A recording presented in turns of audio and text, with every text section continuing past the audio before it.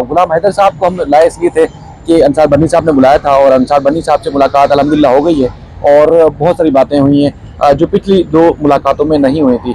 गुलाम हैदर साहब क्या उन आज जो गुफ्तगू हुई है उन्होंने लेटर्स लिखे हैं वफाकी हुकूमत को, यानी कि सदर पाकिस्तान को लेटर लिखा है, वज़ीर-ए-आज़म पाकिस्तान को लेटर लिखा है, वजारत दाखिला को और इसके अलावा वजारत फॉरेन ऑफिस जो है उनको लेटर लिखा है कि गुलाम हैदर के बच्चे यहाँ से गए हैं, उस मामले में हुकूमत ने अब तक क्या किया है और वो किस तरह उनसे मदद ले सकते हैं कि उनके बच्चों को वापस लाना है। तो जो गुफ्तगू हुई काफ़ी तवील मुलाकात थी, आप उस बारे में क्या कहते हैं कि जो प्रोग्रेस हुई है? जी सर, बिल्कुल मुझे बुलाया गया, दिखाया गया बाकायदा अंसार बनी साहब ने वो चीज़ें दिखाई कि भाई हमने इधर इधर दरख्वास्त, बिल्कुल आप जो है मालिक को आप देख सकते हो।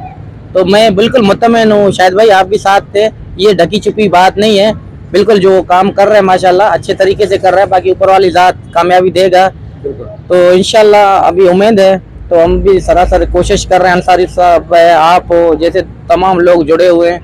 तो बाकी भी उन्होंने कहा कि मुलाकात करना है, रोशन अजीम का नाम भी ले रहा था, तो शायद कल परसों में उनको भी बुलाएं, कोई टाइम दे। अच्छा, चूँकि जिन खदशात का, जिन चीज़ों का आप जिक्र करते थे कि छोटे छोटे बच्चे थे, यकीन भी नहीं आ सकता कि इतना बड़ा एक औरत अकेले कदम उठा लेगी, तो इन सारी खदशात का उन्होंने भी इजहार किया कि मैं हैरान हूँ कि एक औरत अपने छोटे बच्चों को लेके चली गई एयरपोर्ट पर, उससे किसी ने नहीं पूछा, जहाँ एयरपोर्ट से बाहर गए किसी ने नहीं पूछा, और उसके बाद फिर मतलब नेपाल पहुंच गई, नेपाल भी जाने से किसी ने नहीं पूछा।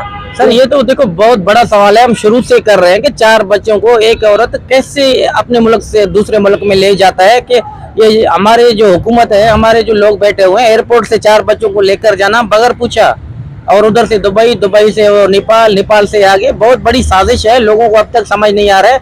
हम हिंदुस्तान के लोगों को अब भी कह रहे हैं कि देखो अब भी होश के नाखून ले, इसमें बहुत बड़ा मामला हो सकता है। बाद में नहीं बोलोगे कि आप लोगों ने नहीं बताया। मैं शुरू से कह रहा हूँ, ये संजीदा इतना नहीं है जो वो समझ रहे हैं भाभी भाभी सीमा को बना रहे हैं, भले बनाए, मुझे कोई इतराज नहीं, मगर मेरे जो छोटे बच्चे हैं, नाबालिग हैं, 10 साल से कम एज में, मेरे बच्चे खतरे में हैं। मैं हिंदुस्तान गवर्नमेंट को, हुकूमत के लोगों को, जो उधर एनजीओज हैं, उनको कहना चाहता हूँ कि मेरे बच्चे सीमा के साथ, नितर पाल के साथ या सजन के साथ महफूज नहीं है।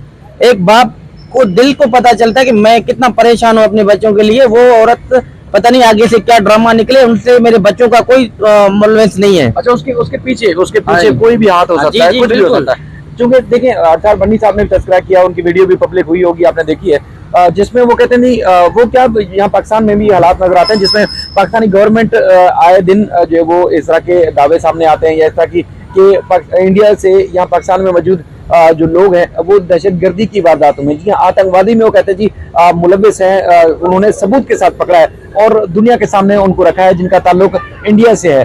तो ये पाकिस्तान और इंडिया के दरमियान एक ऐसे दराज से चलता आ रहा है और पाकिस्तान और इंडिया के ताल्लुकात अच्छे नहीं है। तो अगर इसी सारे अच्छे ताल्लुकात ना होने के बावजूद सीमा को अगर वहां रख लिया जाता है और सीमा की वजह से या सीमा के होते हुए अगर कुछ हो जाता है, तो यकीनी तौर पर ये इंडिया की आवाम को, इंडिया की गवर्नमेंट को, इंडिया के इदारों को सोचना होगा कि इतना ये आसान मामला नहीं है कि सीमा वहां है और कोई ना कोई ऐसा कांड हो जाए, कोई ना कोई ऐसी वारदात हो जाए जिसका सीमा तो फंसे ही फंसे, साथ में बच्चे रगड़े में आ जाएं। तो इस वजह से तहफ़्फ़ुज़ात का इज़हार करते हैं गुलाम हैदर साहब कि उनके बच्चों को सीमा से अलग किया जाए और फौरी तौर पर पाकिस्तान भेजा जाए, कि अगर सीमा हो सकता है सीमा को कोई इस्तेमाल कर रहा हो सकता है सीमा किसी के हाथों इस्तेमाल हो जाए, तो फिर कसूर किसका होगा? छोटे छोटे मासूम बच्चे फंस जाएंगे। तो इसलिए फौरी तौर पर इस मामले को देखना चाहिए और उन बच्चों को वापस भेजना चाहिए। जी सर, हाँ ऐसे ही बिल्कुल। मैं बार बार हुकूमत जो है, हिंदुस्तान की हुकूमत को, नालादारों को तो कहता हूँ अब भी वक्त है। कब से मैं एक रो रहा हूँ, चीख रहा हूँ, चिल्ला रहा हूँ कि सीमा जो कर रहे हैं वो बिल्कुल भी किसी के झंडे के तहत कर रहे हैं, खुद से नहीं कर रहे हैं, उसको कहलवाया जा रहा है। कल मेरे बच्चे हैं, छोटे हैं, मासूम हैं, अल्लाह ना करे उनके साथ कुछ हो, इसका जिम्मेवार कौन होगा सर? सही है। तो अदर भाई आगे जो है, चूंकि उन्होंने वीडियो में बताया भी है और जो लोग जानना चाहते हैं, इंडियन वकला से बात कर ली गई है, जिस तरह चूंकि लेटर्स लिखे गए हैं, लेटर्स की जो प्रोग्रेस थी, पेशरफ्त थी, उन्होंने बताइए कि क्या क्या लिखा गया है, यानी कि सदर पाकिस्तान को, वज़ीर-ए-आज़म पाकिस्तान को और उसके बाद फिर फॉरेन ऑफिस और इंटीरियर मिनिस्ट्री को, उसके बारे से बताया गया है। और उसके बाद ये जो लिटिगेशन है, जो कानूनी चारा जो है वो पाकिस्तान और इंडिया से दोनों तरफ से शुरू होगी। ये चंद दिनों में रोशन अजीम साहब से उन्होंने मुलाकात कहा है कि रोशन अजीम साहब से मिल बैठ के कुछ कानूनी नुकात हैं जिस पे उन्होंने डिस्कस करना है। उसके बाद यहाँ पाकिस्तान की अदालतों में भी और इंडिया की अदालतों में भी बेहक वक्त केसेस किए जाएंगे। इनके चारों तरफ से ये जो सीमा का जो किरदार है उस हवाले से जो है वो केसेस किए जाएंगे। उसके बाद फिर पेशरफ्त सामने आएगी। देर हो सकती है, कुछ पहले भी यकीनी हो चुकी है, मजीद भी हो सकती है, लेकिन ऐसा हरगिज नहीं है कि इस सारे केस को लेकर छोड़ दिया जाए। पाकिस्तानी मीडिया ने आज कवरेज दी है आपको, और मजीद भी अपील करते हैं कि देखें ये मामला ऐसा है कि खुदा ना खास्ता जब वारदात हो जाएगी तब फिर लोग आगे आएंगे और इस इशू के ऊपर बात करेंगे। वारदात से पहले अगर इस मामले को उठाया जाए तो यकीनन इंडिया की गवर्नमेंट भी इकदाम ले सकती है, एक्शन ले सकती है, पाकिस्तान की गवर्नमेंट भी एक्शन ले सकती है और बच्चे बाहिफाजत आ सकते हैं। और सीमा के हवाले से अगर उसके साथ कोई जुड़ा हुआ है, अगर वो नाजायज कोई गलत काम, कोई दहशतगर्दी या किसी भी हाथों इस्तेमाल हो सकती है, तो उसकी भी इन्वेस्टिगेशन अगर खुल के पहले ही वक्त पर सामने आ जाए तो पाकिस्तान और इंडिया के लोग भी महफूज हो सकते हैं और फिर इनके मजीद ताल्लुकात खराब भी नहीं हो सकते। तो इसलिए हमारे जो मीडिया के दोस्त हैं, हमारी जाती तौर पर उनसे भी अपील है कि वो इस मामले पे आएँ और आवाज उठाएं और आगे बढ़ें। तो ये मामला आते हैं। जी सर, हाँ बिल्कुल ऐसे ही लोग आगे आए, बात को उठाएं, ताकि सच्चाई सामने आना चाहिए। सर, भारत सरकार को ये बात पहुंचना चाहिए कि सीमा गलत था, गलत है और गलत रहेगा।